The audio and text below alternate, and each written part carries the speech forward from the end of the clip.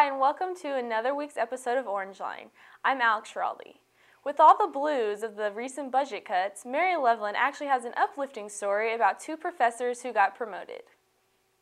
Two recent promotions have brought a new light onto Baker's campus during challenging times. Professor of Psychology Wendi Born and Professor of French Erin Joyce were awarded at a reception with the Baker University Board of Trustees.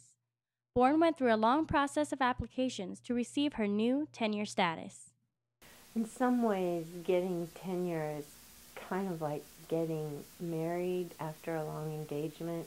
Your peers have said, we are willing to work with you throughout your professional life, and we trust your judgment and your integrity. And your university as a whole says, we accept you and want you to be part of us. Joyce has been given the position of Interim Assistant Dean of Liberal Arts, a role that requires a lot of administrative work.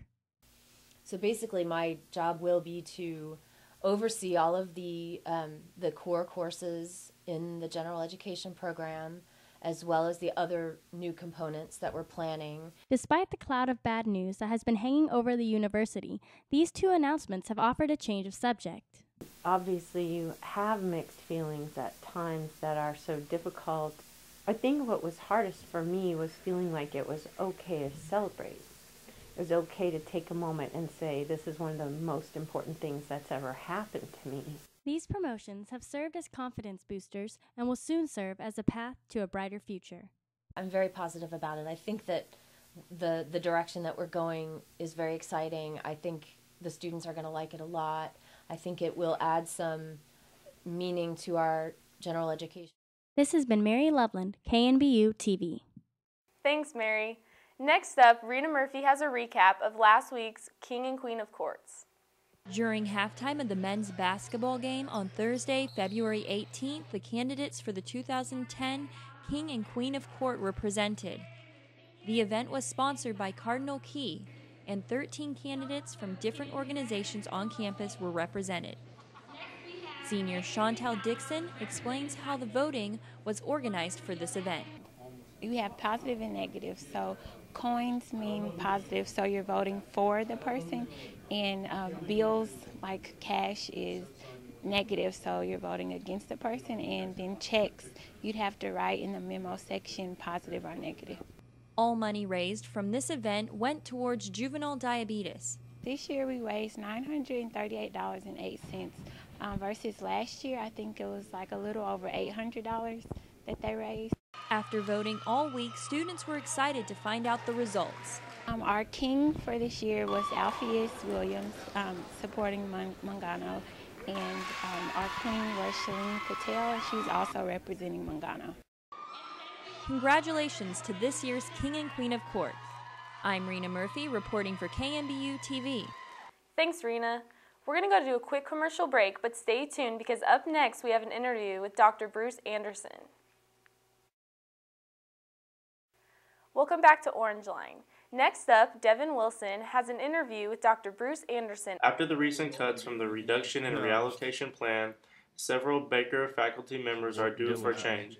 Associate Professor of Political Science Bruce Anderson is one of the individuals as a political science major was cut. However, Anderson's face will still be seen around the university.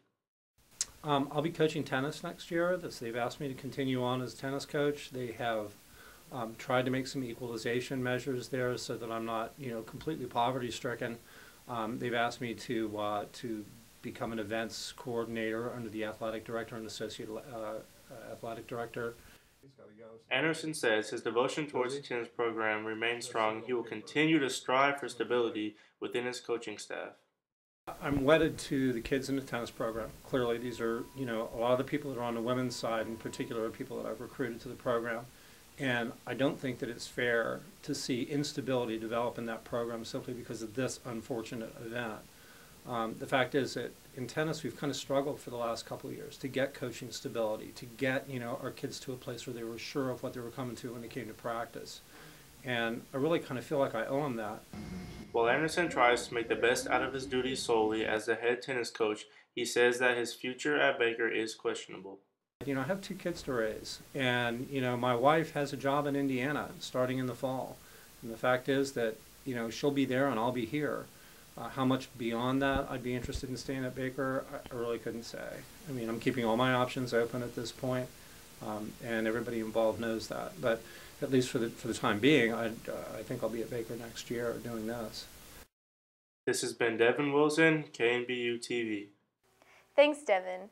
With the Olympics going on this week, Calvin Pearce asked students on campus what they're enjoying most about the Olympics.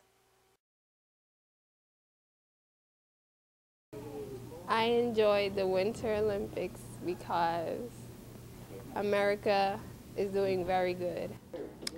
One thing I really enjoy about the Winter Olympics is hockey. Normally I'm not a big hockey fan for the U.S., but when the U.S. comes as a team and represents a country and they're beating the hosting team like Canada, it's pretty exciting.